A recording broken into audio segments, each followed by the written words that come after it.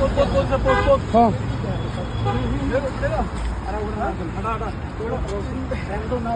जय भवानी जय शिवाजी।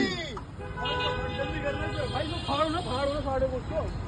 ये बहन से वो चला रहा है ना, चेहरे सब पीछे हाँ ठीक पड़ेगा। मेरा नहीं लग रहा है ठीक है ना।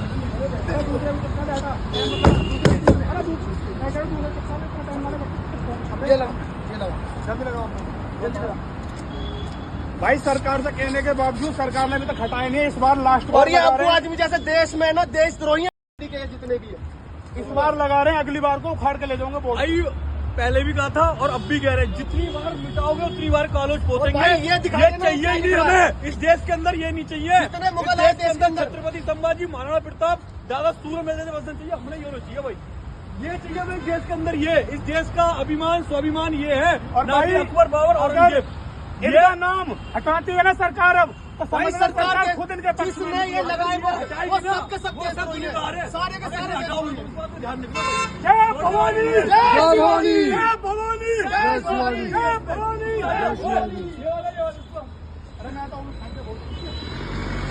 उसने उठा भाई